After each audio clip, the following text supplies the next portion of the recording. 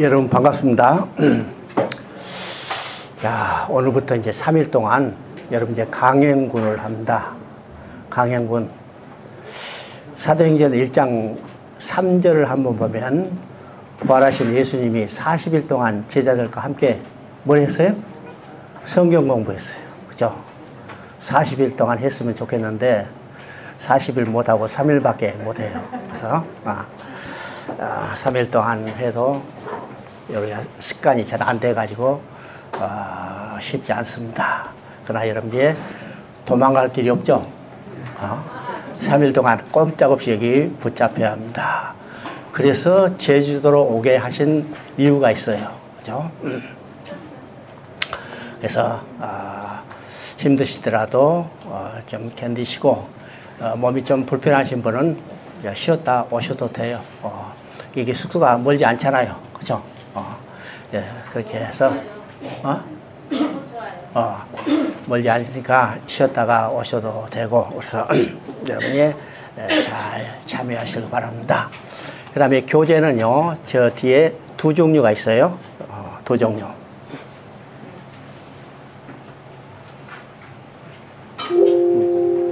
두 종류가 있는데, 여러분 이제 하나만 하려고 했는가 너무 아쉬워서 두 종류로 다 했으니까 여러분이 그 두 종류를 받아 가져가시고 어느 쪽에다가 정리하든지 잘 정리해서 나중에 합쳐서 여러분 교재로 잘 만드시길 바랍니다. 이 성경 공부 교재는 이 기본이 구속사 조감이에요. 그죠? 구속사 조감. 여러분이 대부분이 다 이 책을 가지고 계실 겁니다. 그리고 여러분이 이 국사 조감 취하고 공부할 때는 항상 이것이 기본이라는 사실을 알아야 합니다. 이것을 여러 가지 형태로 만들었으니까 기본이고, 이 성경국 교재 있잖아요. 교재는 여러분이 이제 교회에서 소그룹 활동할 때나 여러분 자신이 성경 공부를 복습을 할 때 이것을 활용하면 됩니다. 이게 이제 앞에 본문이 나오고 그 다음에 복습 문제가 나와요. 복습 문제만 나온 게 아니라 저 뒤에 가면 복습 문제에 대한 정답까지도 되어 있습니다. 얼마나 친절해요. 여러분이 자습해서 이 문제에 대한 해답을 썼는데 이게 맞는지 틀린지 확신이 없잖아요. 그러면 뒤에 한번 비교해서 맞춰보는 겁니다. 이게 삼중 효과가 있어요. 삼중 효과. 첫째는 본문을 읽었을 때 내용을 파악하고 학습, 복습 문제를 풀어볼 때 여러분이 정리되고, 그 다음에 복습 문제가 제대로 해답이 써졌는가 이것을 확인하는 과정에서 여러분이 정리가 되는 겁니다. 그렇죠? 이게 학습이라는 것은 반복적으로 이루어져요. 반복적으로 이루어져. 우리 이제 교회에서 성경 공부한다 하면요, 반복적으로 절대로 이루어지지 않아요.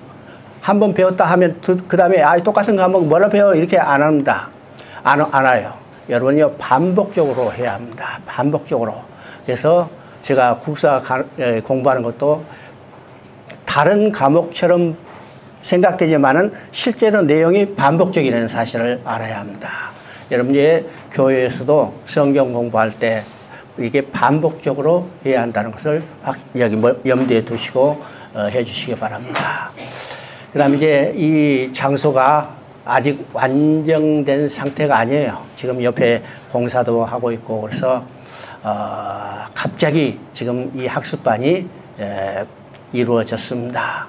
이 학습반은 본래 이 초소는 중국인에 의해서 중국을 위한 중국인의 학습반입니다. 그죠? 여기 스태프도 한국 사람 한 사람도 없어요. 우리 목사님도 한국말을 하지만은 중국 사람입니다. 국적이 중국 사람. 그렇죠? 그 다음에 여기에 지금 스태프 3사람 있는데 다 중국 사람입니다. 그래서 여기서 이 목사 없으면 소통하는 사람이 없어요. 그래서 대표적으로 대변인을 지정할 테니까 여러분이 어려운 일이 있으면 그 대변인을 통해서 여기에 우리 스태프하고 연결을 하시길 바랍니다. 남자 대변인은 조남선 목사, 그렇죠? 중국말 해요, 중국에. 그 다음에 여자 대변에는 김하은 목사. 그죠? 여자 대변에 중국하고 소통이 가능하니까 여러분이 뭐 필요한 거 있고 또 문제가 있으면 해결해 하시기 바랍니다. 저한테 이야기해봤자 저는 소통이 안 돼요. 그죠? 소통이 안 되니까 저한테 이야기해봤자 아무 소용이 없습니다. 대변을 지정했으니까 여러분이 하시길 바랍니다. 자, 우리가 출석을 한번 불러봅니다. 출석. 여러분 이제 출석을 부르면 일어서서 얼굴을 확인하시길 바랍니다. 조남순, 전칭성약, 그죠? 그 다음에 김희선, 네, 배만복, 네, 반갑습니다. 곽은총, 네. 조한건, 예, 안녕하세요. 이선옥, 네. 그 다음에 이평엽, 정경순, 예. 반갑습니다. 배옥순, 이삭, 이상입니다. 네. 감사합니다. 김형임, 손요셉, 안녕하세요. 오래와, 박복음, 네, 반갑습니다. 김용수, 네, 김은숙, 하태리, 반갑습니다. 김용원, 유영애, 김하은, 최숙, 또 안 보는 사람 있어요? 이제 오기로 한 사람 있었는데 지금 시간이 지나도 않았어요. 저는 별명이 칼박입니다. 왜 칼박인 줄 알아요? 이건 할빈부터 붙여진 이름이에요. 시간을 칼같이 지키기 때문에 칼박입니다. 여러분, 우리가 성경을 배우는 것은 약속을 배우는 거죠. 약속에서 가장 우리가 중요한 것은 시간을 지키는 겁니다. 시간 정확히 지켜주시길 바랍니다. 제가 이제 공부를 할 때 시작은 분명히 정확히 하는데 끝은 그죠? 내 마음대로요. 그죠? 그래도 끝을 이제 지키려고 노력을 하니까 여러분이 있고, 수업 시간은 오전은 9시부터 12시까지입니다. 12시까지. 그 다음에 오후는 2시부터 5시 반까지. 그 다음에 저녁 공부가 있습니다. 7시 반부터 8시 반까지. 수요일은 저녁 공부 없이 수요 예배가 있습니다. 우리 이제 여기 책임되시는 이 목사님이 수요 예배를 인도하실 겁니다. 미리 예고하지만은 중국 설교는 길어요. 그죠? 각오하셔야 합니다. 1시간 반 정도 설교를 할 테니까 차라리 공부하는 것이 좋겠다 하는 거죠. 각오하시고 너무 길다 이렇게 하지 말고 한국 설교하고 질이 다르다는 사실을 알아야 합니다. 자, 우리 간단히 예배를 드리고 가겠습니다. 우리 손여순 목사님 나와서 성경, 찬송, 그 다음에 우리가 사도신경으로 고백하고 이상 목사님 기도로 시작하겠습니다. 할렐루야. 네. 주님을 찬양합니다. 찬송도 540장 함께 찬양 올려드리겠습니다. 주의 음성을 내가 들으니 540장.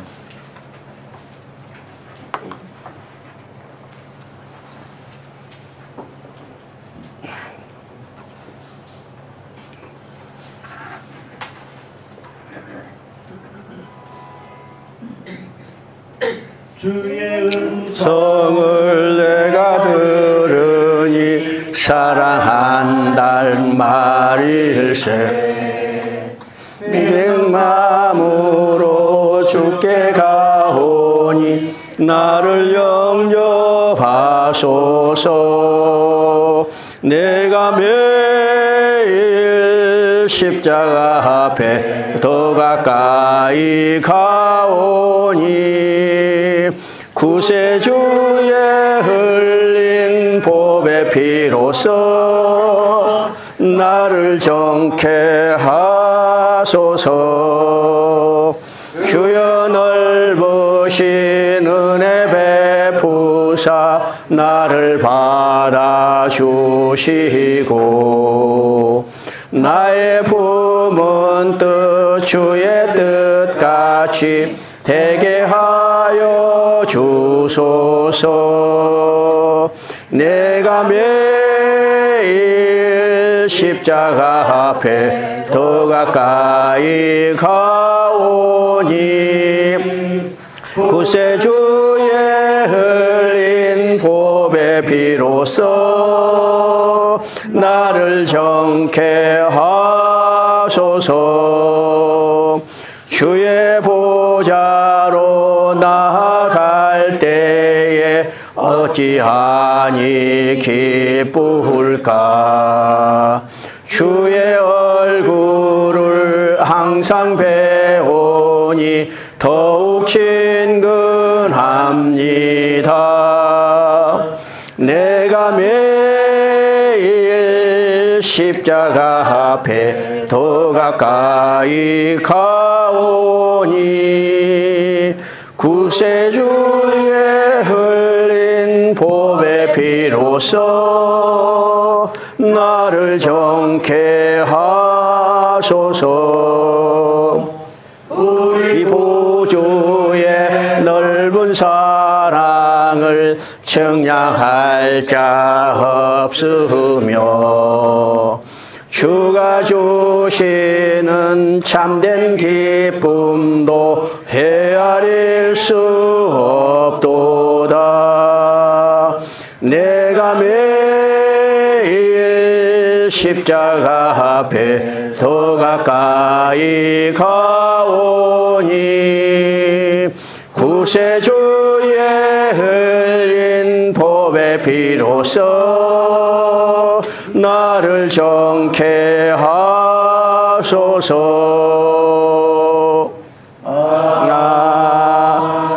아멘. 사도신경으로 우리 신앙 고백하겠습니다. 자, 전제를 만드신 하나님 아버지를 내가 믿사오며 그 아들 우리 주 예수 그리스도를 믿사오니 이는 성령으로 잉태하사 동정녀 마리아에게 낳으시고 본디오 빌라도에게 고난을 받으사 십자가에 못 박혀 죽으시고 장사한 지 사흘 만에 죽은 자 가운데서 다시 살아나셨다. 하늘에 오사 오늘은 하나님 우편의 자 것이다. 성령을 믿사오며 거룩한 공예와 성도와 설교 통하는 것과 죄를 사하여 주시는 것과 몸이 다시 사는 것과 영원히 사는 것을 믿사옵나이다. 아멘.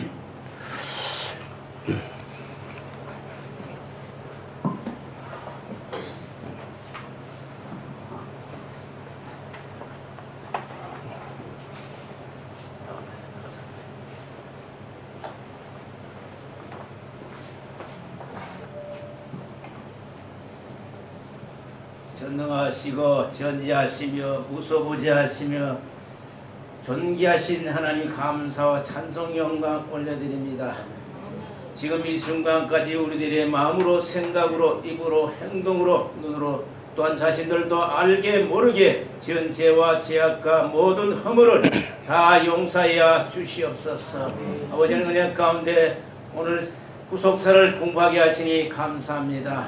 먼저 우리 박 선교사님에도 항상 영육간에 강건하게 해주시고 지혜에 지혜를 더하시고 능력에 더하여 주셔서 잘 가르치게 하시고 또한 우리는 가르침을 받아서 후배들에게 또한 일수에게 잘 가르쳐서 하나님의 영광을 드러내게 하여 주시고 예수님이 살아계셔서 우리와 함께 하심을 알게 하여 주시옵소서. 장소를 제공한 분들에게도 항상 함께 하여 주셔서 그 하는 일이 주 안에서 항상 범사에 형통하도록 은혜 위에 은혜를 더하여 주시옵소서.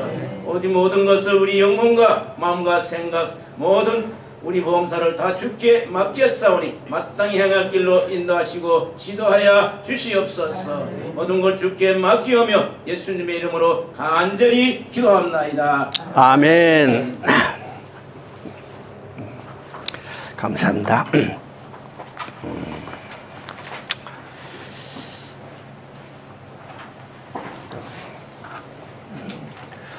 여러분, 이제 지금까지 많이 살아는 사람도 있고 나이가 이제 아직 얼마 살지 않은 사람도 있는데, 여러분이 지금까지 살아오면서 여러분 인생의 가장 중요한 것이 무엇이라고 생각해요? 여러분 인생에 무엇이 가장 중요하다고 그것을 추구하면서 살았을까요? 그죠? 와, 아주 그냥 제대로 이야기하는데, 그죠? 일반 사람들이 추구하는 것이 뭘까요? 돈, 그래. 돈. 그게 부자 되려고 애쓰죠? 또 어떤 사람은 권세요. 그죠? 오늘날 세상이 지금 아주 요동치고 있는 게 뭐 때문에? 권세 때문입니다. 또 뭘까? 쾌락입니다. 어떻게 하면 즐겁게 살 수 있을까? 이 보편적으로 인간들이 추구하는 것들이 그거죠. 이것이 가장 중요하다고 생각하고요. 실제로 죽음까지도 불사하고 이것을 추구하자는 거예요. 여러분도 그렇게 살아왔죠? 저도 그렇게 살아왔습니다. 왔어요. 우리 한번 생각해봅니다. 내게 인생의 가장 중요한 것이 무엇일까? 오늘 이 아침에 한번 생각해봐요. 두 번째 질문은요. 우리가 다 예수를 믿어요. 여러분 이 중에 예수 믿지 않는 분 계세요? 다 믿죠? 그러면 여러분이 왜 예수를 믿을까? 왜 교회를 다닐까? 우리가 근본적인 그 목적이 무엇인가를 한번 생각해 봐야 합니다. 왜 예수를 믿을까요? 왜 교회에 다닐까요? 여러분 성도들한테 물어보면 어떤 생각을 할까? 야, 천국 가기 위해서다 이야기하지만은 실제로 그게 추구하는 것은 뭘까요? 예수 믿고 어떻게 부자 될까? 교회 다니면 어떻게 병 나을까? 이런 생각이 거의 90% 이상입니다. 그런데 우리가 분명히 생각해야죠. 왜 내가 예수를 믿고 왜 교회를 다닐까? 근본적인 이 목적을 우리가 생각해야 해요. 그러면 왜 예수를 믿을까요? 이건 첫 번째 질문이랑 똑같습니다. 첫 번째 질문, 우리 인생의 가장 중요한 것이 무엇일까? 우리 인생의 가장 중요한 것은 하나님께 다시 돌아가는 겁니다. 여러분요, 엄마를 잃어버린 어린아이에게 가장 중요한 일은 어떤 일일까요? 맛있는 아이스크림 잔뜩 싸는 것이 중요한 일일까요? 좋은 장난감 가득 가지고 있는 게 중요한 일일까요? 아니요. 엄마를 잃어버린 어린아이에게는 가장 중요한 것은 엄마 찾아서 엄마 품에 다시 안기는 겁니다. 그러면 하나님을 떠난 인간, 하나님 앞에 쫓겨난 인간의 가장 중요한 일은 어떤 일일까요? 하나님 앞에 다시 돌아가는 일이죠. 이것이 우리 인생의 가장 중요한 일이고, 왜 예수를 믿을까? 예수를 통해서만 하나님 앞에 돌아갈 수 있기 때문입니다. 그죠? 그러니까 우리가 예수를 믿는 목적은 부자 되기 위한 목적이 아니고 병 낫기 위한 목적이 아니고 하나님께 다시 돌아가겠어요. 그러면 우리가 다 예수를 믿는데 예수를 믿는 근거가 무엇일까? 그죠? 예수를 믿는 근거가 무엇일까? 우리가 예수를 믿는 근거는 오직 성경입니다. 우리가 성경이 없다면 예수를 믿을 수도 없고 믿지도 못할 거죠? 그런데 우리가 성경이 근거가 돼서 성경을 근거로 해서 우리가 예수를 믿고 하나님 앞에 다시 돌아가게 되는 겁니다. 자, 네 번째 질문은, 그렇다면 우리가 성경이 우리 신앙의 근거라면 성경은 어떤 책인가를 우리가 정확히 알아야죠. 그러면 성경이 어떤 책인가 질문하면 여러분 나름대로 지금까지 배웠던 신학적 지식을 가지고 다 말을 할 겁니다. 복잡한 거예요. 이번 구사 강의에서는요, 신학적 논쟁은 일체 배제되는 겁니다. 왜요? 성경 자체가 신학이에요. 성경만 배우면 모든 것이 다 해결되기 때문이죠. 그래서 성경이 어떤 책일까? 성경이 어떤 책일까요? 성경은 하나님의 구원계획이죠. 하나님의 구원입니다. 그러면 하나님의 구원 계획이라는 것은 어떤 것일까? 하나님께서 하나님을 떠난 인간들을 예수 그리스도를 통해서 다시 돌아오게 하는 하나님의 구원 계획을 기록한 책입니다. 그래서 우리가 성경이 어떤 책인가? 한마디로 정리가 돼야죠. 하나님께서, 이게 주체가 누구예요? 하나님입니다. 하나님께서 하나님을 떠난 인간들을 예수 그리스도를 통해서 다시 돌아오게 하는 하나님의 구원 계획이다. 이게 우리가 성경이 어떤 책인가를 한마디로 정리할 수 있어야 합니다. 이게 성경의 주제예요. 그래서 우리가 성경을 근거로 신앙생활을 하기 때문에 여러분이 교회 제일 처음에 출석하면 교회에서 주는 선물이 뭐예요? 교회에서 처음 주는 선물이 성경이죠. 요새는 성경책 하도 많으니까 선물도 안 줘. 그죠? 근데 오래전에는 다 성경책 이름 써가지고 선물로 줬어요. 왜요? 우리 신앙의 근거가 성경이기 때문에요. 그래서 교회 다니는 사람, 예수 믿는 사람은 최소한도 한 권 이상의 성경을 가지고 있죠? 최소한도 한 권 이상. 여러분이 성경 몇 권씩 가지고 있어요? 저도 한 10권 정도는 돼요. 왜요? 사무실에 성경 있지, 여기 또 성경 가지고 있지, 집에도 성경 있지, 그죠? 성경은 다 가지고 있습니다.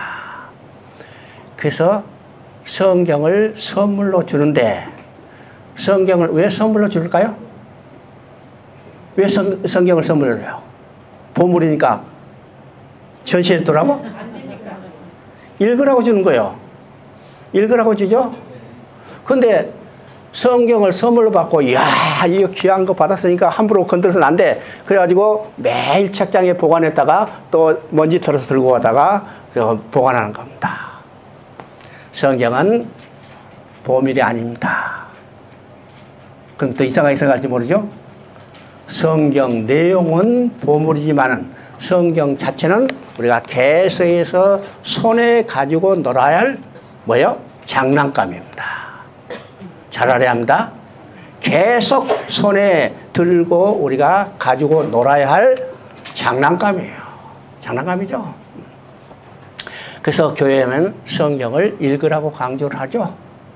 성경을 하도 안 읽으니까 어떻게 해요? 성경 읽으라고 성경 일독 가져가지고, 그래서 연말에 가면 읽었으면 시상까지 합니다. 나는 성경 읽었다고 시상하는 것이 이상해요. 그죠?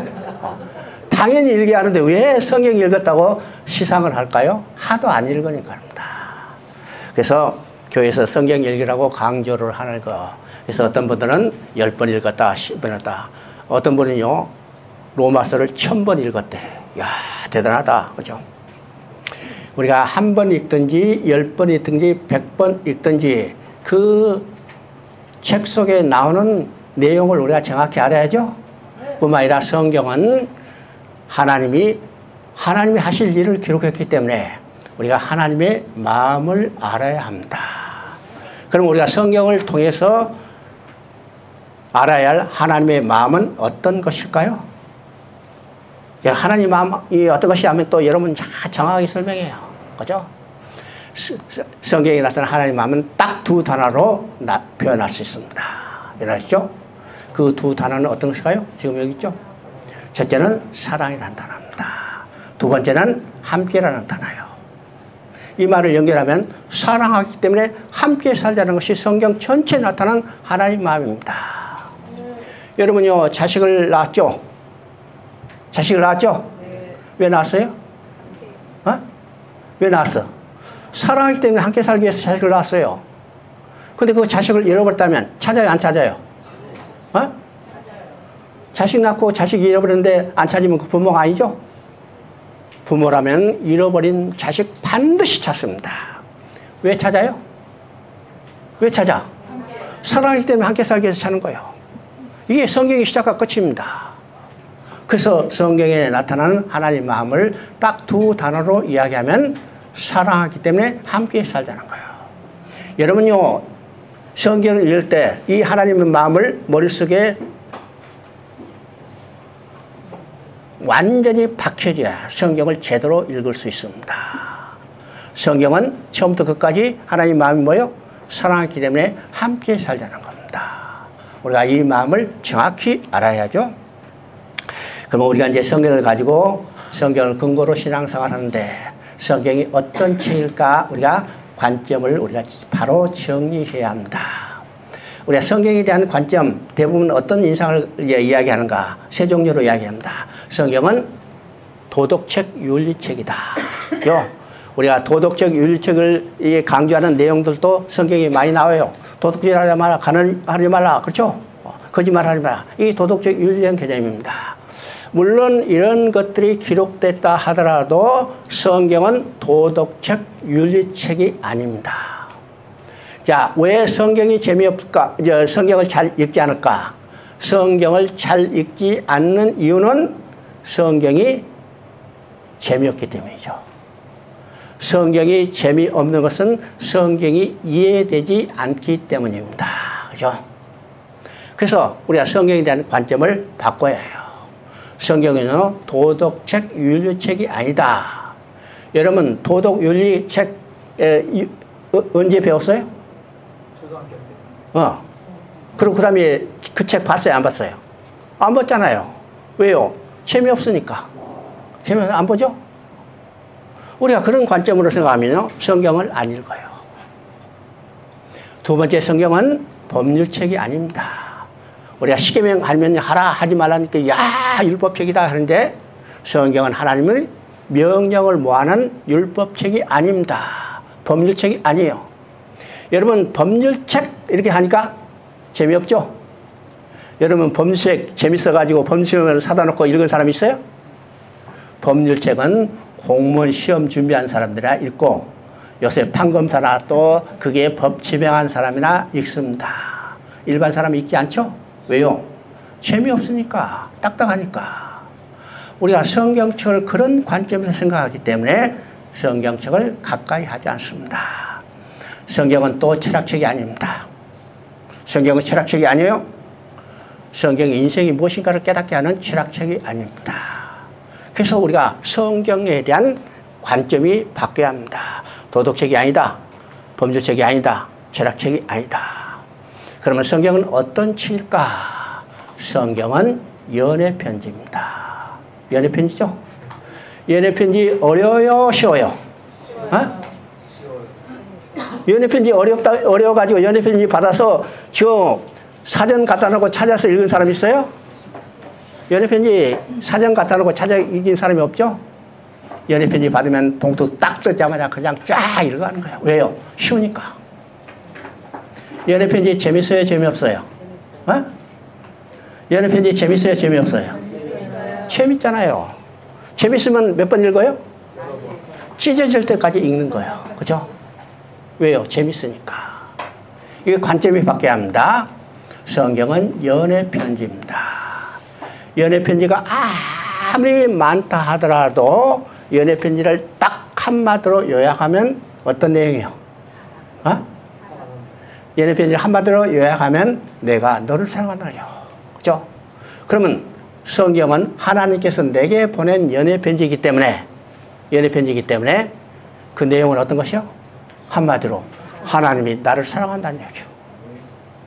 하나님이 나를 사랑한다는 이야기죠? 이게 연애편입니다. 그래서 여러분이 잘 아는 성경의 소복음이라고 말하는 이 요한복음 3장 16절이 어떻게 되어 있어요? 하나님이 이처럼 세상을 사랑하죠. 이 세상은 그 누구예요? 크게는 세상 사람이지만 작게는 내 자신이요. 하나님이 나를 사랑하사. 연애편지죠? 말라기 1장 2절에도 나와 있습니다. 내가 너희를 사랑하노라. 알죠? 그래서 성경은 연애편지다. 이 관점이 바뀌어야 재밌고 쉽게 읽을 수 있습니다. 두 번째로 성경은 어떤 책일까? 성경은 양육일기입니다. 양육일기. 여러분 이제 성경 한번 찾아봅니다. 성경 이사야 1장 2절을 한번 찾아 읽어요.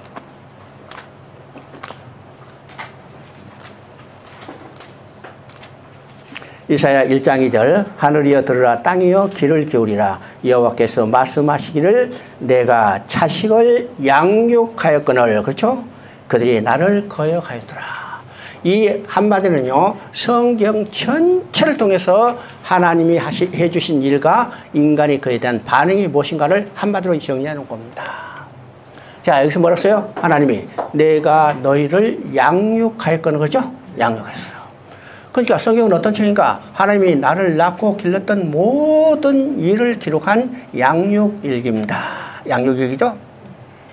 우리가 호세아 11장을 봐도 하나님이 우리를 어떻게 낳고 기르는가를 아주 자세히 말하고 있습니다. 알았죠? 그래서 성경은 양육일기다. 그럼 보세요. 여러분이 어떤 분이 어떤 사람이 자기 부모가 아버지가 돌아가셨어요. 돌아가셔서 이제 유품을 정리하다가 그 유품 속에 낡은 노트가 하나 있어요. 그죠? 그 낡은 노트에서 그걸 빼봐가지고 호기심 있으니까 그걸 봤는데 책장을 딱 넘기자마자 그 책장 안에 누구 이름이 써져 있어요? 자신의 이름이 써진 거예요. 더 아주 궁금하죠? 그래서 책장을 넘기는데 그 노트의 내용은 부모가 자기를 낳고 길렀던 모든 일을 기록한 양육일기입니다. 양육이에요. 자, 이 아들이요, 학교 다닐 때 자기 아버지로부터 그냥 죽지 않을 정도로 얻어맞았어요. 그 아들의 인상은 뭐예요? 야, 아버지가 나를 미워하고 하기 때문에 나를 때렸구나. 그것이 아버지가 돌아가신 그날까지도 그 내리에 박혀 있는 겁니다. 그런데 유품을 정리하다 그 노트를 읽었는데 바로 그 속에 뭐가 있어요? 얻어맞은 그날의 기록이 그대로 있는 겁니다. 그래서 그 읽어보니까 아버지가 자기를 때렸던 그 아버지의 마음이 거기 적혀 있죠? 왜 때렸어요? 미워서? 죽으라고? 잘못된 자식 잘되라고. 잘되라고 때린 거죠? 그 마음을 깨닫자 이 아들이 통곡하는 겁니다. 통곡하는 거예요. 그래서 우리가 양육일기를 통해서 뭘 깨달아요? 부모의 마음과 부모의 은혜를 깨닫게 되는 겁니다. 그러면 성경은 하나님이 나를 낳고 길렀던 모든 일을 기록한 양육일기죠? 그러면 성경을 읽을 때 우리가 뭘 깨달을 수 있어요? 하나님의 은혜를 깨닫게 되는 겁니다. 하나님의 사랑이 얼마나 깊은지를 알게 되는 겁니다. 그럼 우리 신앙은 어떤 것인가? 우리의 신앙은 하나님의 은혜와 사랑이 우리를 끌어가는 겁니다. 그죠? 하나님의 사랑이 우리를 강권하시노라. 이 강권하신다는 것은 끌어가는 거예요. 여러분요, 기차에 가면 열차가 있죠. 거기에 기관차가 있고 수십 량의 객차가 달려있어요. 여러분 이 열차 뭐가 끌고 가요? 앞에 있는 기관차가 끌고 가는 거죠? 객차가 밀고 가는 게 아닙니다. 수십 량의 객차가 있다 하더라도 객차가 아무리 밀어도 기관차가 움직이냐면 이 열차는 움직이지 않아요. 뭐가 끌고 가요? 기관차가 끌고 가는 겁니다. 하나님의 은혜와 사랑이 우리를 강권하시는 우리를 끌고 가는 거예요. 그래서 우리 신앙생활에서 가장 중요한 것은 뭘까? 하나님의 은혜와 사랑을 아는 겁니다. 그래서 우리가 성경을 읽을 때 관점이 바뀌어야죠. 성경은 하나님이 나를 낳고 길렀던 모든 일을 기록한 양육일기다. 그죠? 이런 관점에서 우리가 성경을 봐야 합니다. 자, 우리가 성경을 읽을 때 또 하나의 중요한 관점이 있어요. 그 관점은 성경을 인간 중심으로 보느냐 아니면 하나님 중심으로 보느냐죠. 그죠?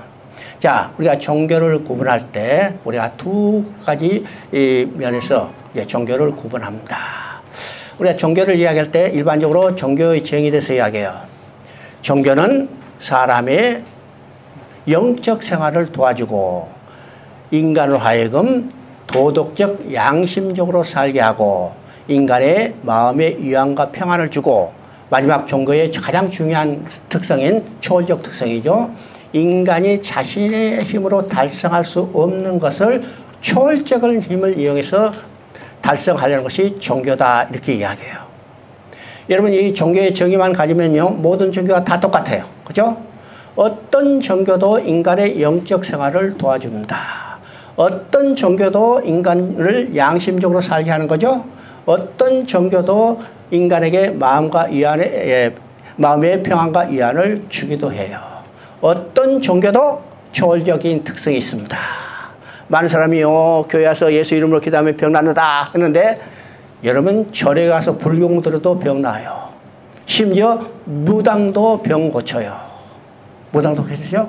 이건 초월적 그런 특성만 가지고 이해하면요 모든 종교가 다 똑같습니다. 그렇기 때문에 오늘 어떻게 나타나요? 종교다원주의가 나타나죠. 이 종교적인만 가지고 이야기하기 때문에요. 그런데 우리가 종교를 구분할 때 두 종류로 구분합니다.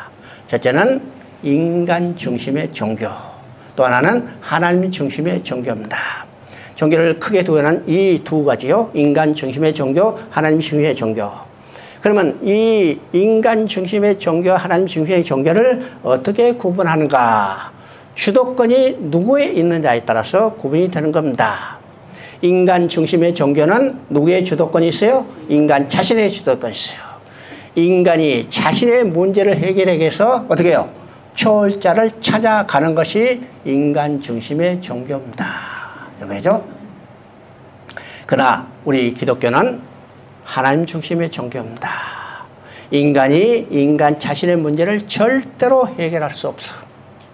그래서 하나님께서 인간의 문제를 해결해 주시기 위해서 인간에게 찾아오시는 겁니다. 이게 다르죠? 인간이 자기 문제를 해결해서 초월자를 찾아가는 것이 인간 중심의 종교라면 기독교는 하나님의 중심의 종교인데 인간의 문제를 해결해 주시기 위해서 하나님이 찾아오시는 거예요. 그러면 인간의 문제를 해결하는 것은 곧 누구의 문제예요? 하나님 자신의 문제예요. 그래서 기독교는 하나님께서 하나님의 자신의 문제를 해결하는 종교라는 사실을 알아야 합니다. 여러분요, 기독교는 뭐라고 써요? 하나님께서 잃어버린 자식을 찾는 이야기를 했죠? 그러면 잃어버린 자식을 찾는 일은 부모의 일이요? 자식의 일이요? 부모의 일. 부모의 일. 부모의 일이잖아요. 그러니까 기독교는 하나님께서 하나님 자신의 문제를 해결하는 종교라는 사실입니다. 이게 주도권이 누구에 있느냐? 절대적으로 다른 것을 보게 되죠. 자, 그래서 우리가 성경은 어떤 책일까? 하나님께서 잃어버린 백성을 찾아서 구원하기 위해서 이 땅에 찾아오시는 겁니다. 그 일을, 하나님이 하신 일을 역사적인 사건을 통해서 기록해서 우리에게 준 책이 성경이라는 사실이죠. 성경의 기록은 우리가 이제 다 아는 같이 1600년 동안 기록되죠. 그러니까 성경이 제일 먼저 기록된 것은 모세오경입니다. 모세오경이 기록된 때는 언제일까요? 모세가 오경을 기록할 때는 출애굽 시대니까 주전 1500년이죠. 그리고 마지막으로 기록된 책은 우리가 아는 바와 같이 요한계시록입니다. 요한계시록은 주후 100년, 그러니까 주전 1500년부터 주후 100년까지 1600년의 시대에 기록됐죠. 왜일까요? 성경은요, 어떤 인간의 이성작용에 의해서 기록된 철학적 책의 사물이 아닙니다. 하나님의 일하심, 그죠? 일하심을 역사적인 사건을 통해서 기록해서 오늘 우리에게 보여주기 때문에 1600년 동안에 걸쳐서 40명의 저자에서 기록됐습니다. 근데 이 1600년 동안 40명의 저자에 기록됐는데 성경은 한 사람의 저자이라는 사실을 알아야 합니다. 자, 각 시대마다 하나님이 하실 일을 그때 사람을 부르셔서 그 사람들에게 하나님이 성령의 감동으로 주셔서 기록하겠다는 사실이죠. 그래서 성경의 저자는 오직 하나님이고 그때마다 그때 사람들을 불러서 그때마다 하실 일을 기록했다는 사실을 우리가 보게 합니다. 그래서 3장 디모데후서 우리가 잘 알지 3장 16절을 말하죠. 모든 성경은 하나님의 감동으로 된 것으로, 모든 성경은 하나님의 감동으로 됐습니다. 또 베드로서 1장 21절을 보면요, 오직 성령으로 감동하심을 받은 사람들이 하나님께 받아 말하는 것이다. 그죠? 하나님께 받아 말하는 거니까 성경의 오직 원저자는 하나님이다. 그래서요, 요새 기독교 성경에 가는 것 많이 써놓고 야, 내가 저작권자다 이렇게 주장하는 사람이 많이 있어요. 저작권자는 또 어떤 사람이요? 여러분 이제 잘 아시죠? 설교를 카피했다고 그 부목사가 담임 목사가 축출 운동을 벌여졌죠. 여러분 설교 카피 없어요. 설교 카피 있어요, 없어요? 없어요. 성경 근거로 해서 하면 이 사람이나 저 사람 똑같이 할 수 있어요. 누가 정확하게 전달하느냐에 잘 보입니다. 그죠? 유도수 목사님 제가 중국에 있을 때 이 책을 이제 번역해 가지고 했죠. 이 저작권에 해당되니까 찾아가서 인사를 하면서 내가 중국말로 번역해서 쓰겠습니다. 이 저작권자 허락을 받아야죠. 유도수 목사님이 하시는 말씀이 딱 이 말이에요. 성경의 저자 내가 아니야. 마음대로 갖다 쓰라는 거예요. 마음대로. 근데 출판사가 다르기 때문에 좀 다르죠? 유도수 목사님 이 마음과 출판사 사장의 마음은 달라요. 그래서 조심은 하는데 유도수 목사입니다. 성경의 원저자는 하나님이에요. 그래서 제가 이런 자료도 다 주죠. 그죠? 내 이름 써졌지만은 그거 안 읽어도 돼요. 여러분 마음대로 써서 마음껏 여러분이 활용해서 진리의 말씀을 많이 전파해야 합니다. 제 말이죠. 그래서 이제 성경은 이제 우리가 가지고 있는 것이 이제 66권입니다. 구약 39권, 신약 27권에서 66권이죠. 이 성경 형성사에 대해서는 나중에 한번 다시 이야기할 기회가 있고, 하여튼 우리가 가지고 있는 성경이 66권입니다. 근데 오늘부터 여러분 머릿속에는요, 성경이 66권이 아니라 한 권이라는 이 관점을 가져야 합니다. 왜 이것이 중요할까? 성경 우리가 가지고 있는 것은 66권 맞는 말이에요. 여러분요, 혹시 시험 볼 때 성경이 몇 권이냐 이렇게 문제가 나왔다면 몇 권을 써야 해요? 66권. 문제는 66권을 예? 써야 돼요. 몇 권을 써야 해요? 66권. 그때 66권을 써야 맞습니다. 네. 왜요? 이건 출제자 의도가 66권을 원하기 때문에. 그런데 여러분이 성경을 연구할 때는 66권이 아니라 한 권이에요. 한 권. 왜일까요? 우리가 66권 하면요, 66개의 주제를, 다른 주제를 가진 책들을 모아놓은 전집으로 생각할 수 있어요.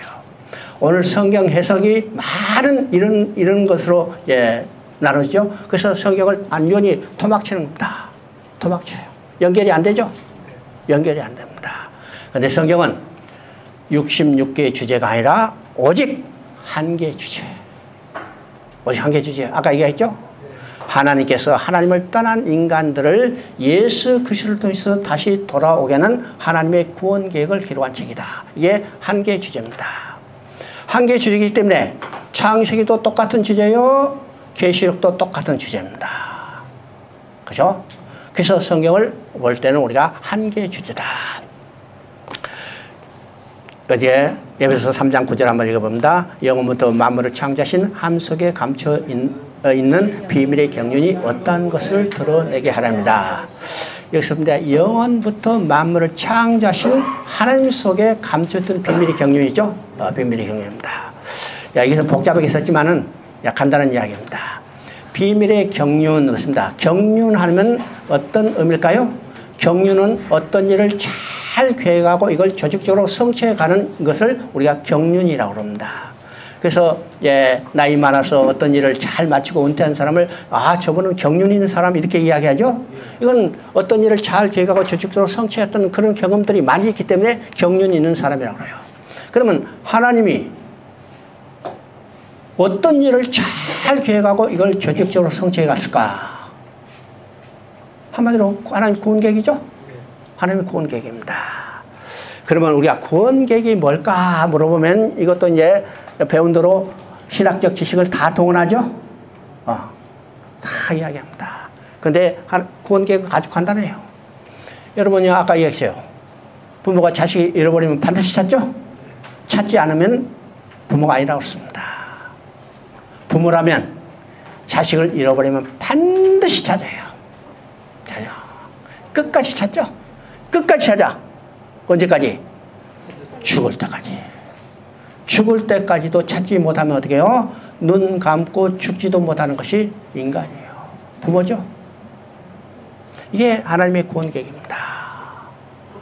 구원계획. 부모가 자식을 잃어버리고 반드시 찾는 일. 이게 구원계획이에요. 그러면 하나님도 잃어버린 백성, 잃어버린 아내, 잃어버린 자식을 찾는 거죠. 그래서 누가복음 19장 10절에 인자가 온 것은 잃어버린 자를 찾아 구원하려 함이라. 이게 하나님의 구원계획입니다. 누구를 통해서 찾는가? 바로 예수 그리스도를 통해서 찾는 이야기. 이게 성경의 주제입니다. 자, 우리가 성경을 보면 하나의 축이 있습니다. 이 하나의 축은, 이 축은 이루심으로 말할 수 있습니다. 그러면 세 번의 이루심이 나오죠. 첫 번째 이루심은 어디 난가? 창세기 2장 1절이에요. 천지와 만물을 다 이루어지니라. 이거 첫 번째 이루심이죠. 두 번째 이루심은 요한복음 19장 30절입니다. 예수님이 십자가에서 숨을 거두면서 외치는 소리가 있었죠. 다 이뤘다. 이게 두 번째 이름입니다. 세 번째 이름은 어디에 나올까? 계시록 21장 6절에 나옵니다. 이뤘도다. 나는 알파 오마의 처음이요 마지막이라. 그러니까 성경은 이 세 번의 이루심을 통해서 하나의 축을 이루고 있죠. 축을 이루합니다. 이 세 번의 이루심만 이해한다면 성경 전체의 맥이 여러분이 아주 관통된다는 사실을 우리가 볼 수가 있습니다. 이걸 이제 조금 더 구체적으로 이야기합니다. 이 시간이요, 여러분이 성경 전체의 맥을 정리하는 데 아주 중요한 시간입니다. 자, 이것을 조금 더 구체적으로 이야기하면, 그죠? 대체 하나님께서 천지를 창조하시니라. 그리고 이제 1장에 쭉 창조 기사가 나오고 2장 1절에 뭐라고 써요? 천지와 만물이 다 이루어지니라. 이루어지지 않았습니다. 그런데 3장에서 첫 번째 이루어짐이 파괴가 됐죠? 왜일까요? 아담이 하나님의 언약을 어기고 범죄하자 하나님 앞에 쫓겨났어요. 쫓겨났죠. 쫓겨나자 하나님의 첫 번째 이름이 다 파괴됐습니다. 그러면 하나님은 그것을 회복해야죠. 회복하는 건 뭘까요? 돌아오게 하는 겁니다. 돌아오겠죠? 돌아오게 해서 하나의 약속을 주시는데 이 약속이 창세기 3장 15절입니다. 창세기 3장 15절 읽어봅니다. 여자의 후손은 내 머리를 상하게 할 것이요 너는 그의 발꿈치를 상하게 할 것이다. 자, 바로 이게 창세기 3장 15절입니다. 누구를 통해서 돌아오게 하실 건가요? 바로 여자의 후손이죠. 그 다음에 창세기 3장 21절은 어떤 방법을 통해서 돌아오게 할 건가에 대한 계시입니다. 가죽 옷을 지어입히시니라. 그죠? 그러면 하나님을 언약을 어기고 하나님 앞에 쫓겨난 인간을 돌아오게 할 때 누구를 통해서? 여자의 후손을 통해서 어떤 방법으로? 가죽 옷을 지어입히시는 방법으로. 그래서 이것을 여러 모양과 여러 방법으로 증거하다가 신약에서 예수님이 오셔서 십자가의 죽으심을 통해서 바로 이것을 잃어버린 백성을 찾게 됐죠. 그래서 요한복음 19장 30절에 두 번째 다 이뤘다가 나옵니다. 그런데 우리 창세기 3장 15절을 보면 중요한 것이 나오죠. 여자의 후손이 뱀의 머리를 상하게 할 것이다. 그런데 거기 또 있어요. 뱀은 여자의 후손의 발꿈치를 상하게 할 것이다. 그죠? 그러면 지금 여자의 후손이 의해서 뱀의 후손이 머리가 박살됐죠? 어디서? 십자가에서. 그런데 여자의 후손의 발꿈치를 상하게 할 거다. 바로 뱀의 후손이 머리가 박살났지만 어떻게 해요? 아직도 발악하는 이 상황이 있다는 겁니다. 그죠? 그것이 언제부터 언제까지일까요? 언제부터 언제까지일까? 바로 요한복음 19장 30절부터 시작해서 계시록 21장 6절에 이를 때까지. 그러면 오늘 교회는 어떤 상황이에요? 예수 그리스도의 환난과 참회에 동참하는 교회, 곧 발꿈치를 상하게 되는 이 고난이 있는 교회라는 겁니다. 그러면 여자의 후손의 발꿈치를 상하게 하는 이 사단의 잔당도 완전히 진멸돼야죠. 어디 진멸할까? 이건 계시록 16장 10절에 7번째 대접을 쏟을 때 다 이뤘다고 그랬습니다. 그는 이 사단의 잔당도 완전히 진멸됐죠. 그렇기 때문에 이제는 하나님을 대적하고 하나님의 백성을 괴롭히는 세력이 완전히 사라졌기 때문에 하나님의 계획과 목적이 완성됐다는 선언한 것이 계시록 21장 6절입니다. 그래서 뭐라고 써요? 나는 알파 오메가요. 처음이요 마지막입니다. 창세 때 시작했던 것이 흩어졌다가 다시 완전히 회복돼서 나는 알파 오메가라고 이야기합니다. 자, 이것을 조금 더 구체적으로 이제 펼쳐놨습니다. 자, 점진적으로 확대돼 갔죠? 자, 성경은 하나님의 구속사역이죠. 그래서 천지 만물을 다 이루시냐고 시작해서 어디서 끝나냐? 계시록 21장 6절에 다 이뤘다 할 때 예, 끝나죠? 그래서 우리 이제 좀 구체적으로는요. 창세기 2장 1절에서 다 이뤘다요. 다 이뤘다 할 때 이 이뤘다는 개념 속에 뭐가 포함되는가? 여러분 기억해둬야 합니다. 네 가지가 들어있습니다. 네 가지가 들어있어요. 첫째는 하나님 나라입니다. 두 번째는 뭘 이뤘을까요? 성전을 건설했습니다. 여러분요, 성전에 대한 개념이 여러분 머릿속에 정리가 돼야 합니다. 왜일까요? 성전에 대한 개념은 창세로부터 시작해서 어디까지? 계시록까지 이어지는 걸 봅니다. 그 다음에 안식이요. 그죠? 다 이뤘다 하고 제7일에 모든 일을 마치고 안식하셨다 그렇습니다. 안식하셨다. 그래서 안식을 누리는 거. 그러니까 다 이뤘다는 개념 속에 세 번째 뭐가 들어있어요? 안식이 이릅니다. 네 번째는 가정을 이룬 거예요. 가정을 이룬 거예요. 이건 전체적인 의미가 있습니다. 가정을 이루어야 자식을 낳죠? 자식을 낳으면 하나님께서 주신 복이 뭐예요? 생육하고 번성하여 충만하라. 그것이 이루어집니다. 성경은 전체가 다 유기적으로 되어 있다는 사실을 알아야 합니다. 가정을 이룬 거예요. 그러니까 다 이뤘다는 개념 속에 뭐가 있어요? 네 가지. 첫째는 하나님 나라 건설입니다. 두 번째는 성전을 건설한 거, 세 번째는 안식을 누리게 되는 거고, 네 번째는 가정을 이루는 겁니다. 그런데 3장에서 시 깨졌죠? 아담이 선악과를 따먹고 범죄함으로 인간에게 뭐가 왔어요? 죽음이 왔습니다. 벗었음, 곧 죄가 들어온 거예요. 세 번째는 그것 때문에 쫓겨난 거죠. 그죠? 그 쫓겨난 인간을 하나님 버리지 않으시고 돌아오게 하는 것이 하나님의 구원 계획입니다. 누구를 통해서? 여자의 후손을 보내서 가죽 옷을 입혀서. 그래서 이 여자의 후손과 가죽 옷이 구약에는 어떻게 나타나요? 히브리서 1장 1절에 이야기한 대로 옛적에는 선지자를 통해서 여러 모양과 여러 부분도 우리 조상들에게 말씀하신 하나님이죠. 그래서 여기서 중요한 게 뭐예요? 여러 부분과 여러 모양입니다. 그러면 여러 부분과 여러 모양은 구약에 어떤 형태로 나타날까? 네 가지 범주가 있어요. 첫째는 사람들입니다. 사람들, 누구부터 시작해서? 아담부터 시작해서 구약에 나는 사람은 누구를 증거할까요? 바로 여자의 후손 예수 그리스도를 증거하는 겁니다. 그죠? 두 번째는 사건들이요. 사건들은 어떤 사건입니까? 우리가 성경에서 가장 유명한 사건은 어떤 사건인가요? 출애굽 사건입니다. 성경에서 가장 중요한 사건은 출애굽 사건이죠. 출애굽 사건은 어떤 내용이요? 이스라엘이 애굽에서 노예로죠. 그 노예들을 모세를 통해서 유월절 어린 양의 피를 통해서 그들을 해방시켜 돌아오게 한 거죠. 바로 이 출애굽 사건은 무엇이 된 그림자요? 바로 예수님께서 유월절 어린 양이 돼서 십자가의 죽음을 통해서 잃어버린 백성 곧 사단의 노예된 인간들 돌아가게 하는 하나님의 구원 계획을 성취하는 겁니다. 그러니까 출애굽 사건도 누구를 증거해요? 바로 예수 그리스도를 증거하는 겁니다. 그래서 구약에 나온 많은 사건들도 누구를 증거하는가? 예수 그리스도를 증거한 거예요. 세 번째는 어떤 형태로? 모형이죠. 모형. 그러면 이 모형의 구약에 많이 나옵니다. 첫 번째 모형은 뭘까요? 창세기 3장 21절에 나오는 가죽옷이죠. 가죽옷도 모형이고 반석도 모형이고 방주도 모형이고 그 다음에 모세가 이 장대에 단 노뱀도 모형이고 그 다음에 기생나비 창문틀에 단 붉은 줄도 모형입니다. 무엇에 대한 모형? 십자가에 피 흘려 죽으실 어린 양에서 피 흘려 죽으실 예수 그리스도에 대한 모형이죠. 그 다음에 많은 예언들입니다. 예언들. 우리가 가장 쉽게 알 수 있는 모형은 어떤 것인가? 이사야 7장 14절이요. 처녀가 잉태하여 아들을 낳으니 그 이름을 임마누엘이라 하라. 이 임마누엘이 누구에서 성취됐어요? 예수님이 탄생으로 성취됐죠.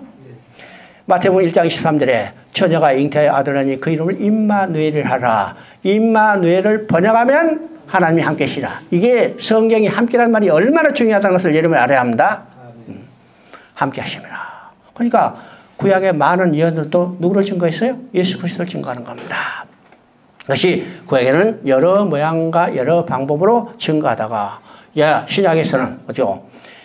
히브리서 1장 2절을 이야기한 대로 이 모든 마지막 날에는 어느 시대요? 예수님이 탄생한 시대입니다. 곧 신약이 시작되는 거죠. 이 모든 마지막 날에는 그 아들로 우리에게 말씀하셨으니 그 아들 누구요? 바로 예수님입니다. 그래서 신약은 예수님이 초림부터 시작해서 그가 다 이뤘다고 십자가에서 선언하고 그 다음에 계시록 21장 6절에 다 이뤘다고 선언하는 거죠. 그럼 계시록 21장 6절 여러분요 계시록 21장 1절부터 7절까지 한번 성경을 찾아 읽어봅니다.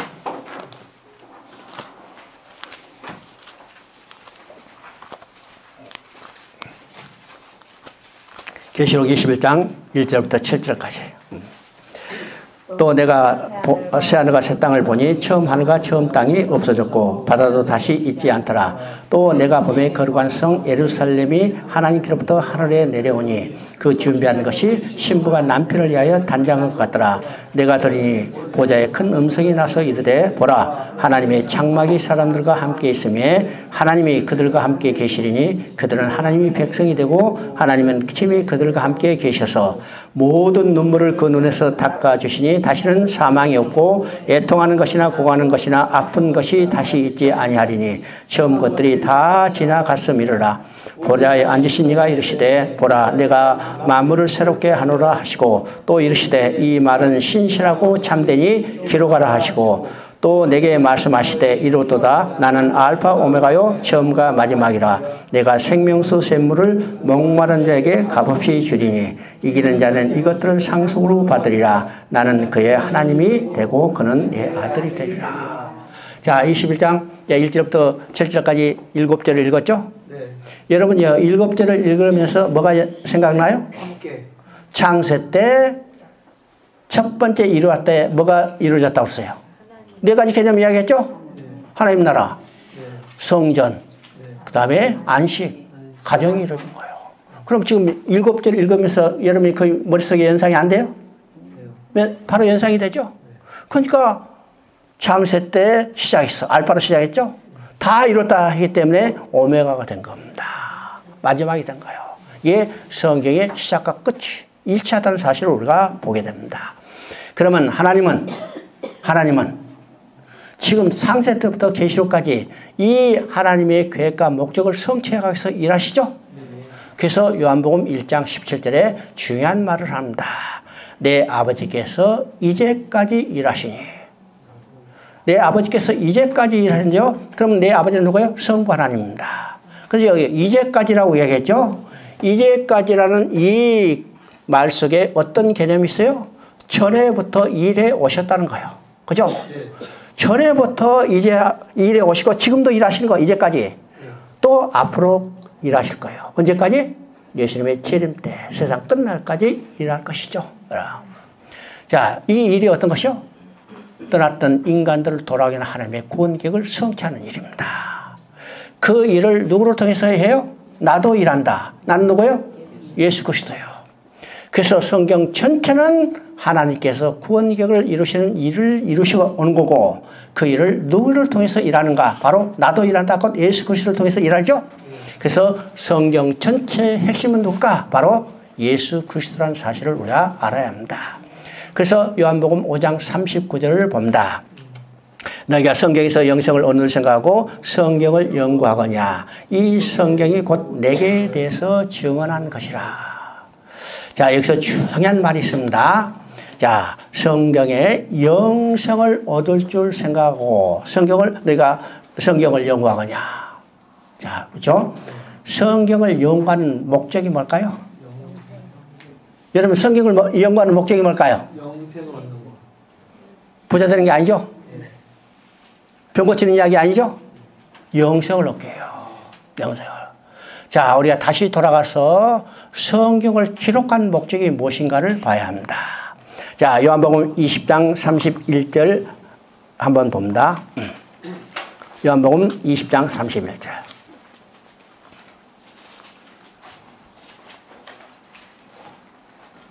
자, 요한복음 20장 30절 오직 이것을 기록하면 너희로 예수께서 하나님의 아들 그리스도이심을 믿게 하려 하며 또 너희로 믿고 그 이름을 힘입어 생명을 얻게 합니다. 지금 성경을 기록한 목적이 유일하게 여기서 확정되는 내용인 것이 어디냐면 요한복음 20장 30절입니다. 이것을 기록하면 이것은 뭐예요? 바로 요한복음을 기록하는 거. 요한복음, 그 성경을 기록한 목적이 뭘까? 성경을 기록한 목적은 우리로 하여금 뭘 얻겠어요? 생명을 얻게 하렵니다. 이 생명이라는 것은 곧 영생이에요. 그러면 성경을 기록한 목적도 우리에게 생명을 얻게 하는 거죠? 우리가 성경을 연구하는 목적도 뭐예요? 영생을 얻게 하는 거예요. 여러분이 성경을 공부하고 성경을 연구하는 목적이 무엇인가를 분명히 알아야 합니다. 영생을 얻게 하려 합니다. 그러면 영생을 얻는다는 말이 우리가 성경에서요 여러 가지 단어로 표현하지만 궁극적으로 같은 개념이 있다는 사실을 우리가 보게 됩니다. 우리가 마태복음 한번 읽어봐야 이거 마태복음 19장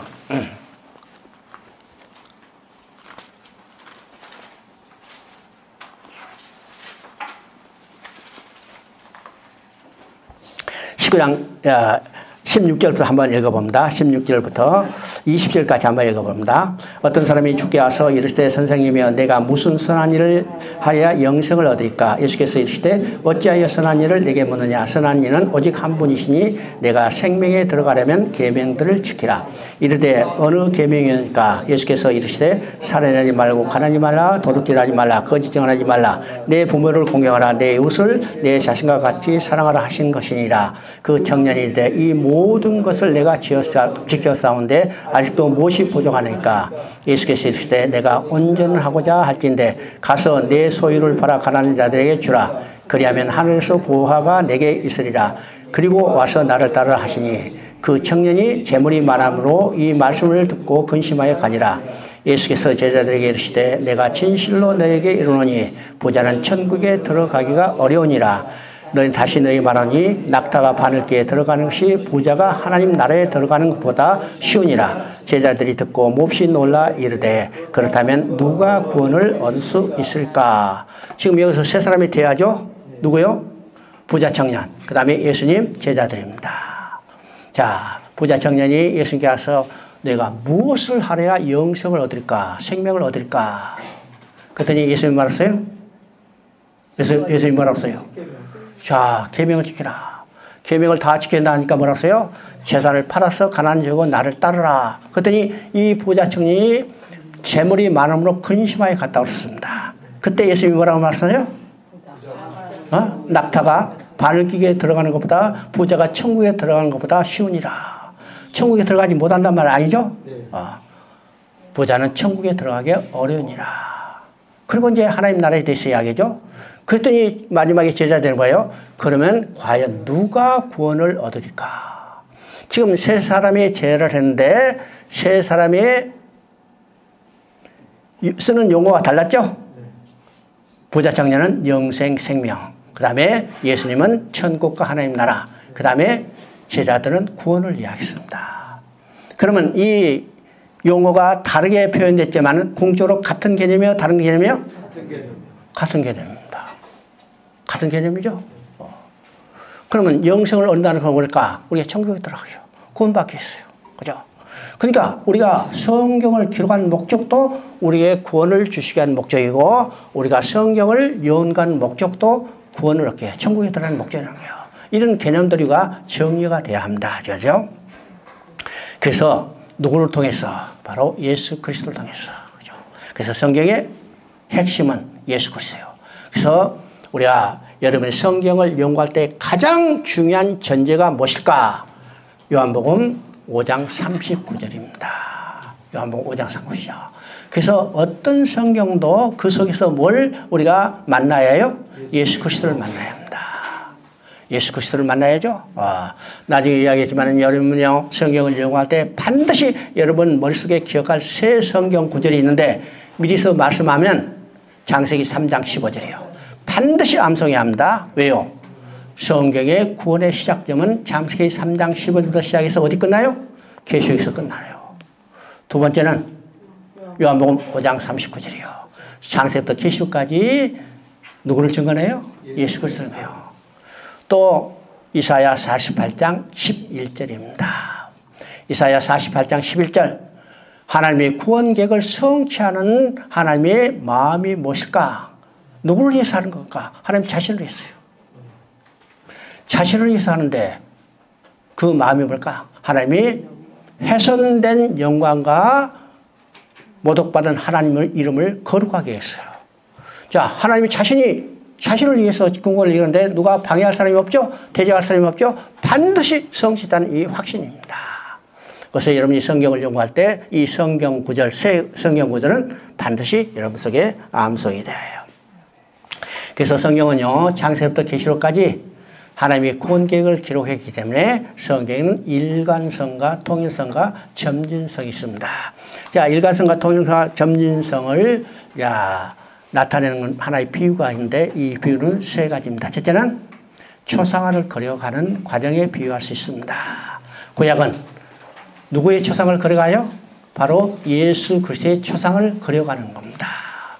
여러분요, 초상화를 그려갈 때, 사진을 찍을 때는 샷다 노르면 그냥 한 방에 빵 찍어지지만 그림을 그리면요, 붓을 들고 점을 찍어요. 그죠? 점을 찍을 때는 무엇을 그리는지 알 수 없지만은 점을 찍지 않으면 다음 그림을 이어나갈 수 없죠? 그래서 창세기 3장 15절은 이 점을 찍고 시간이 지날수록 이 그리고자 하는 대상이 또렷이 나타나는 겁니다. 그래서 시간이 지나. 그래서 창세기 3장에서 점을 찍고 눈을 그리고 코를 그리고 입을 그리고 귀를 그리고 다 그렸어요. 그죠? 다 그리자 그의 주인공이 누굴까요? 예수님이요. 그러면 눈을 그렸다. 누구의 눈일까요? 예수님이요. 코를 그렸다. 누구의 코요? 예수님의 코요. 그러니까 바로 점을 찍고 그림을 그려가는 거죠. 초상화를 그려가는 과정이요. 이 초상화를 다 그려서 그 주인공이 누군가 바로 예수 그리스도라고 나타났을 때 실체가 오신 거예요. 야, 나야, 나. 그렇죠? 그래서 신약에서는 그 아들이 우리에게로 말씀을 전합니다. 이게 초상화를 그려가는 과정이죠. 두 번째 비유는 구원열차가 달려가는 비유입니다. 자, 구원열차가 창세기 역을 출발해서 종착역이 어디요? 계시록역입니다. 그러면 그 역은 전부 몇 개요? 창세부터 시작해서 계시록역까지 66개 역이죠. 그러면 이 구원열차가 66개를 지나가서 마지막 종착역까지 가요. 그러면 이 구원열차는 어디로 달려가요? 철로 위를 달려가죠. 그러면 철로 위를 달려가는데 66개의 역을 통과할 때 이 열차가 달려가는 철로는 끊어졌을까요? 아니면 이어졌을까요? 끊어지면 달려갈 수 없죠? 이어졌습니다.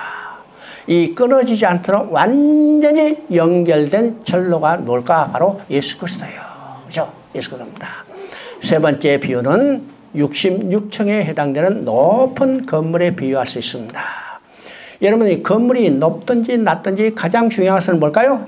바로 골조입니다. 지금 이거 2층밖에 안 되지만 골조가 있죠? 기둥이 있고 보가 있고.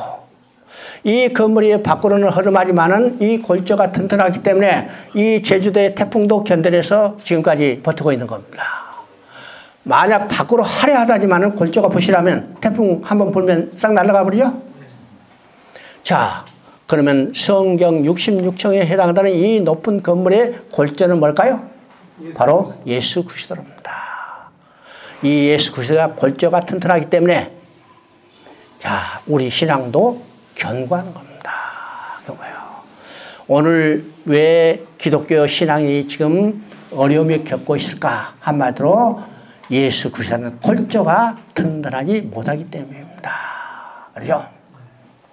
우리 스스로 한번 생각해보면요. 우리 성도들이 가르치는 내용이요. 또 설교하는 내용이 그리스도의 골조라는 기초에 우리가 든든히 서 있는가를 우리가 생각해봐요. 생각하죠? 이게 정말 부실하다는 사실이에요. 요새 순살 아파트 있죠? 못 들어봤어요? 순살 아파트. 순살 치킨이 아니고 순살 아파트. 골조에 철근을 다 빼먹었어요. 어떤 아파트에 지금 이제 여기 인천 검단동에 아파트 그는 15동이요. 지금 다 허물었어요. 왜요? 골조 다 빼먹었어요. 근데 지금 그것뿐만 아니라 어떤 아파트를 지금 이 점검했더니 기둥 8개의 철근을 넣어야 하는데 4개밖에 안 들었대. 이야, 어떻게 불안해서 살 수 있을까요? 뭘까요? 이게 골조가 약한 겁니다.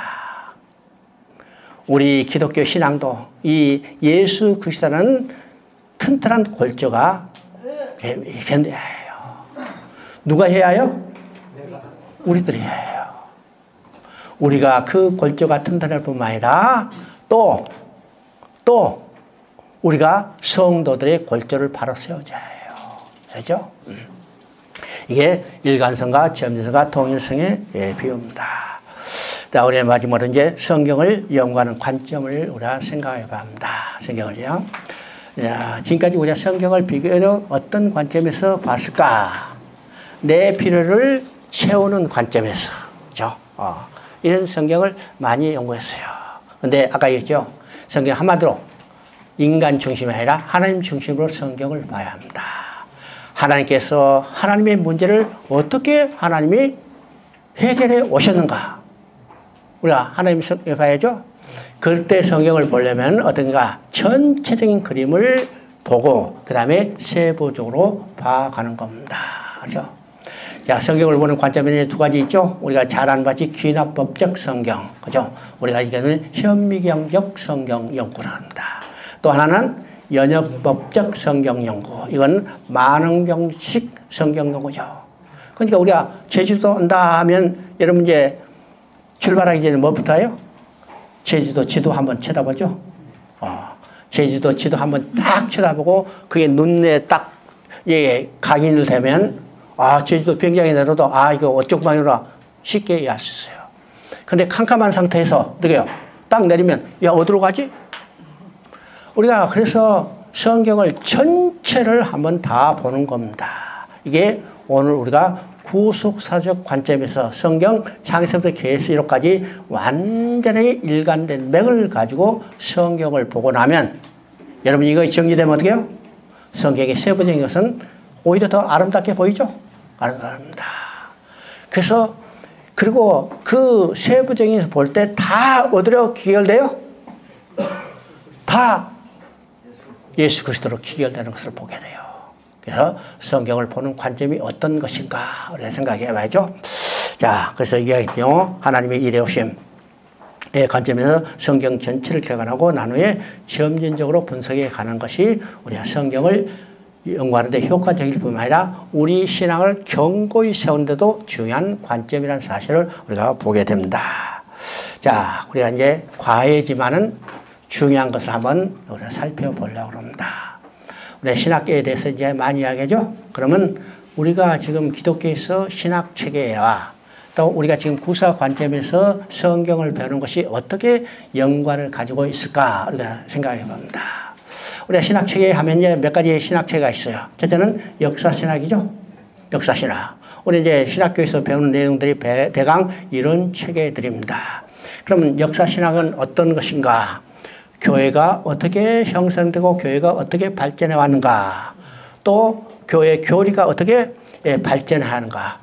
소위 말해서 교회사와 교리사회를 연구하는 것이 역사 신학입니다. 사실이죠.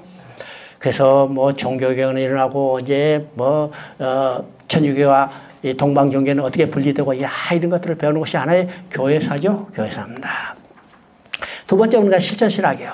실천신학은요. 성경 이해를 전제로 해서 우리의 삶에 적용하는 신학입니다. 쉽게 하면 우리가 예배를 어떻게 드려야 할까?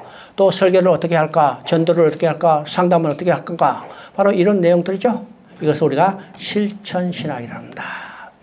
오늘 교회에서 가장 많은 시간을 할애하는 것이 어떤 것일까? 어떤 거예요? 상담입니다. 여러분요, 교회에 너무 많이 상담이 영향을 미치고 있어요. 그렇죠? 분명히 이야기죠. 상담도 필요하지만 상담이 인간의 문제를 해결할 수 없다는 사실을 알아야 합니다. 상담이 절대로 인간의 문제를 해결할 수 없어요. 상담이 필요 없는 것은 아니지만은 우리가 주가 무엇인가를 정확히 알아야 합니다. 저는 솔직히 말해서요, 오늘날 목사들이 상담학을 연구하는데 얼마나 시간과 이 노력과 비용을 투자해요? 그 시간, 복음, 성경 연구에 더 많이 투자했으면 얼마나 할까 이런 생각이 들어요. 그래서 어떤 사람이 그러면 당신은 상담학 안 배웠으니까 그러죠.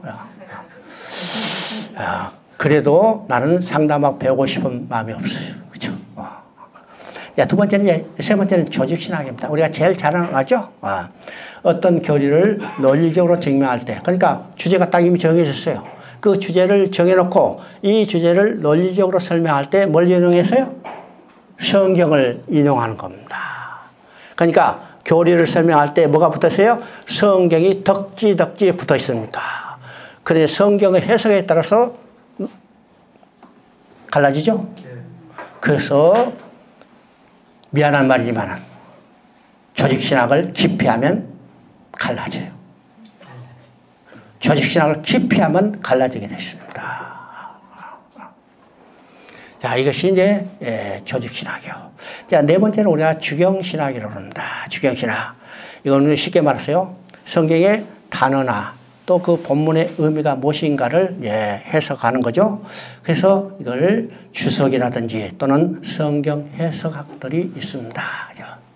그런데 지금 몇 가지 있어요? 네 가지 이 신학 체계 외에 또 하는 중요한 부분이 있습니다. 이것을 우리가 성경신학이라고 하죠. 바로 성경은 바로 역사의 기초 위에 세워졌어요. 왜요? 성경은 하나님의 하신 일을 역사적인 사건을 통해서 기록해서 오늘 우리에게 보는 책이죠. 그래서 역사의 기초에 있었습니다. 그래서 성경을 볼 때 역사 흐름을 중요하게 생각하고 다루는 이 분야가 성경신학입니다. 그러면 성경신학은 그렇게 아주 학문적인 어떤 카테고리로 완전히 독립적으로 유지되어지 않았는데, 이게 많은 학자들이 이 성경의 역사적인 사실을 우리가 중요시해야겠다, 이런 이제 생각을 가지고 얼마 되지 않았어요. 최근에 이게 성경신학의 관점이 부각되기 시작했습니다. 그렇죠? 그래서 어디서 많이 발달했는가? 바로 네덜란드죠. 화란이에요. 네덜란드에 유명한 신학자 겸 정치가 겸 교육자가 있었습니다. 그분이 누구냐면 아브라함 카이퍼예요. 그래요? 아브라함 카이퍼. 이 사람은 네덜란드 총리도 했어요. 1901년부터 1905년까지 5년 동안, 그러니까 5년 동안 네덜란드 총리도 하고, 이 사람이 네덜란드 자유대학, 그죠? 신학교인데 자유대학을 설립해가지고 거기에 총장도 하고 그랬으니까 정치가 신학자, 이게 교육자입니다. 이분이 이 성경신학의 분야를 발전시켰어요. 그 중에 뭘까요? 바로 구속사 거기 있는 겁니다. 그죠? 자, 그래서 이 성경신학을, 성경을 역사적인 기초에 우리가 그 흐름을 파괴한다. 이게 발전했어요. 성경신학입니다. 그러면 성경신학에서 관점에서 우리가 성경을 보면 세 가지 중요한 것을 보게 돼요. 첫째는 하나님 나라 관점입니다. 그래서 여러분 이제 많죠? 오늘날 하나님 관점에서 성경을 보는 거. 두 번째는 언약의 관점에서 성경을 보는 겁니다. 세 번째는 구속사 관점. 근데 하나님 나라와 언약의 관점, 구속의 관점은 동일한 맥락입니다. 자, 하나님의 성경에서 하나님의 가장 중요한 일은 뭘까요? 성경의 핵심적인 하나님의 일은 하나님 나라의 건설이 있습니다. 하나님 나라의 건설이 있어요. 근데 그 하나님 나라의 건설은 기초가 뭐예요? 나라에는 법이 있어야죠. 그래서 언약의 기초를 두고 그 건설의 방법은 어떤 것이에요? 역사적인 사건을 통해서 이루기 때문에 구속사적 방법이 있습니다. 그죠? 그러니까 하나님 나라 언약, 하나님 구속하는 것이 완전히 다른 것이 아니라 이게 완전히 거기에 융합되어 있다는 사실을 우리가 알아야 합니다. 그죠? 그래서 이제 구속사란 뭘까? 우리가 이제 정의를 한번 생각해 보죠. 왜요? 여러분이 이제 구속사를 배우기 때문에. 그래서 여기서 학문적으로 정의된 것을 그대로 한번 읽어봅니다. 하나님께서 주권적 의지와 계획에 따라 죄로 인하여 타락한 그의 백성을 예수 그리스도의 십자가 대속으로 구원하실 일을 계시하시고 교회 운동을 통하여 성취해 가시는 역사적인 진행 과정이다. 이게 구속사입니다. 쉽게 하면요, 잃어버린 백성 찾는 이야기 구속사입니다. 그죠? 그래서 전제는 누굴까? 창조주 하나님이요. 하나님이 태초에 천지를 창조했으나 뭘 창조했어요? 하나님과 백성이 함께 사는 하나님 나라를 건설하는 거예요. 건설해요. 그 다음에 이 일은 하나님의 절대 주권적 의지와 계획에 의해서 이루어가는 겁니다. 그래서 성경은 전체가 하나님의 주권적 의지로 이루어지는 사실을 알아냅니다. 그 다음에 세 번째는 구속의 대상으로서 누구냐? 인간이라는 사실이죠. 그 다음에 구속주는 누굴까? 바로 예수 그리스도예요. 그 다음에 이것을 이루어가는 신적 계시에 어디에 기록되는가? 바로 성경에 기록됐죠. 또 구속의 장은 누굴까요? 바로 교회라는 거예요. 구약은 이스라엘을 통해서, 신약은 교회를 통해서죠. 또 구속의 매개로서는 하나님이 이루어가시는 일을 기록했기 때문에 역사라는 사실을 우리가 보게 됩니다. 마지막으로 이제 우리가 성경을 읽을 때 가져야 할 역사관이 있습니다. 왜요? 성경은 하나님이 하실 일을 역사적인 사건을 통해서 기록했기 때문에 성경은 역사적인 기록이죠. 역사적인 기록이기 때문에 우리가 역사적인 기록을 읽을 때는 그 역사를 보는 안목 역사관이 있어야 합니다. 관이 있어야죠. 자, 성경은 역사책이 아닙니다. 자, 성경은 역사책이 아니죠. 근데 역사적인 기록이에요. 왜 역사책이 아닐까요? 세상의 모든 역사를 다 기록하는 그 책이 아니죠. 세상의 모든 역사를 기록한 책이 아니기 때문에 역사책은 아니에요. 그러나 하나님의 구원 계획을 성취해가는 일을 역사적인 사실을 통해서 기록했기 때문에 역사적인 기록이라는 겁니다. 그래서 우리가 성경을 읽을 때 역사를 보는 눈, 역사관이 있어야 해요. 여러분 성경 읽을 때 이것을 기억해 둬야 합니다. 그러면 첫 번째 우리가 성경을 읽을 때 첫 번째 가져야 할 역사관은 성경의 역사 아니에요. 세상의 모든 역사의 주권자는 누구냐? 하나님이라는 사실입니다. 하나님이요. 자, 우리 창세기 1장 1절을 보면 어떻게 됐어요? 태초에 하나님이 천지를 창조하셨느니라. 여러분요, 역사를 기록할 때 가장 중요한 요소, 그죠? 역사를 기록할 때 가장 중요한 요소, 절대로 빠져서는 안 될 중요한 요소가 있습니다. 이 중요한 요소가 뭐냐면, 첫째는 시간이요. 두 번째는 장소입니다. 세 번째는 주체예요. 네 번째는 어떤 사건이 일어나는가. 또 역사를 이제 기록할 때 역사를, 그 사건이 왜 일어나는가, 그 사건을 통해서 받아야 할 교훈이 무엇인가, 이것은 역사가들의 평가입니다. 그죠? 근데 역사가들이 평가 이전에 반드시 기록할 네 가지 요소가 있죠. 그 요소, 시간과 장소와 주체하고 그 다음에 어떤 사건이 일어나는가. 그러면요, 창세기 1장 1절은 이 역사 기록 네 가지 요소가 그대로 있죠? 첫째는 시간이요, 태초. 장소는 어디요? 천지요. 주체는 누구요? 하나님이. 무엇을 했어요? 사건이 일어나니까 창조의 사건이 일어났죠? 그러면 시간과 장소도 누가 창조했어요? 하나님이 창조했어요. 그러니까 이 사실을 통해서 역사의 주권자가 누구인가, 역사의 주인이 누군가를 한마디로 선포하고 시작하는 거죠? 선포합니다. 그리고 구원 계획도 이루어진 것을 내가 하리라. 하나님이 주권적으로 이루어가신 사실이랍니다.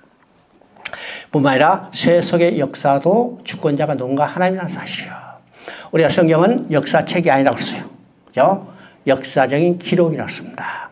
그러면 하나님의 구원계획을 이루어가는 역사적인 사건을 기록했는데, 이 하나님이 구원계획을 이루어가는 역사적인 사건과 더불어 나타나는 이 세속의 역사가 일어날 수 있습니다. 그 세속의 역사가 어떤 역사예요? 우리가 성경에 말하는 5대 제국이라는 거 있죠? 어떤 사람이 성경과 5대 제국이라는 책을 써가지고 돈 많이 벌었어요. 그죠? 자, 그러면 성경에 나타나는 5대 제국은 뭐예요? 첫째는 애굽입니다. 두 번째는 아수르, 세 번째는 바벨론, 네 번째 바사, 다섯 번째는 로마죠. 로마입니다. 그러면 이 5대 제국이, 그죠? 5대 제국이, 이게 세속 역사의 대표적인 나라들이죠? 5대 제국이 어떻게 사용됐어요? 하나님의 구속의 역사를 이루어가는 도구로 사용됐습니다. 도구로 썼죠? 그러니까 세속의 역사도 누구의 주권 속에 있어요? 하나님의 주권 속에 있습니다. 오늘 지금 한국이 아주 시끌시끌하죠? 이것도 누구의 주권 속에 있어요? 하나님의 주권 속에 있습니다. 하나님의 주권 속에 있어. 미국의 트럼프가 대통령도 푸틴이 지금 러시아를 지금 골치 아프게 만드는 것도 하나님의 주권 속에 있어요. 우리 누구를 봐야 해요? 세상에 나라는 현상을 보는 게 아니라 하나님의 주권을 봐야 합니다. 이게 우리가 신앙에서 바로 가질 역사관이죠. 그래서 첫 번째 역사관입니다. 두 번째 우리가 가져야 할 역사관은 하나님은 반드시 그 일하심에 시작과 끝이 있다는 거예요. 끝이 있다는 거죠. 자, 우리가 세속의 역사를 보면 역사관에 이제 두 가지, 아주 크게 두 가지를 보고 봅니다. 이 동양적 역사관, 동양적 역사는요, 순환적 역사관이라고 그래요. 그 다음에 서양적 역사관을 대표적으로 유기체적 역사관, 그죠? 주기성 역사관이 합니다. 자, 그러면 동양적 역사관은 쉽게 얘기하죠? 1년에 추나추동이 계속 반복돼요. 금년도 추나추동, 내년도 추나추동, 그죠? 계속 반복되는 겁니다. 그 다음에 이제 유기체적 역사관은 어떤 식물이 자라서 열매를 먹고 시들어버리죠? 그럼 역사도 어떤 문명이 태동해가지고 성장하다가 다시 그냥 쇠퇴하는 이게 역사 주기성이라고 그래요. 그러면 이 동양적 역사관이고 서양적 역사관이고 중요한 것은 뭐예요? 그들의 목표도 없고 방향도 없는 겁니다. 그죠? 그러나 우리 기독교 역사관은 시작과 끝이 있다는 거예요. 끝이 있다는 거예요. 끝이 있다는 말은 어떤 의미요? 끝이 있다는 것은 도달할 목표가 있다는 겁니다. 도달할 목표가 있어서 이 도달할 목표를 향해서 일정한 방향으로 진행해 가는 것이 기독교 역사인데, 그러면 그 도달할 목표는 단순히 시작할 때 반복되는 목표가 아니라 더 향상되고 완전한 목표를 향해서 나아가는 겁니다. 여러분이 태어날 때보다 더 완전하죠? 태어날 때는 고통을 안고 태어났지만은 여러분 죽으면 하나님과 영원히 함께 그 영광을 바르고 즐거운 삶을 누리게 되는 겁니다. 우리는 이 신앙의 목표를 향해서 달려가는 거예요. 달려가요. 이게 기독교 역사는 시작과 끝이 있다는 겁니다. 세 번째는 하나님은 자신의 계획과 목적을 반드시 완성하시고 끝내신다는 겁니다. 다른 말로 말하면요, 하나님의 계획과 목적은 절대로 실패하는 일이 없어요. 절대로 포기하고 중단하고 변경하지 않고 반드시 자신의 계획과 목적대로 완성하시고 끝내는 겁니다. 완성되지 않으면 끝내시지 않아요. 완성하시고 끝내시는 겁니다. 이것이 우리의 신앙의 구원의 확신입니다. 하나님이요, 우리를 구원하기로 계획했는데 실패한다면 우리 소망이 없죠? 그런데 하나님은 절대로 실패하지 않고 중단하지 않고 포기하지 않고 반드시 완성하시고 끝내신다는 거예요. 그래서 아까 봤죠? 창세기 2장 1절에 다 이뤘다 할 때 하나님 나라, 그 다음에 성전, 안식, 그 다음에 가정을 이루는데 계시록 21장 6절에 다 이루었을 때 그것이 완전히 완성되는 것을 보게 되죠. 하나님의 계획과 목적은 반드시 완성하시고 끝내신다는, 자, 이것이 우리가 가져야 할 기독교 역사관입니다. 역사관이죠. 자, 쉬었다가 45분에 시작하겠습니다.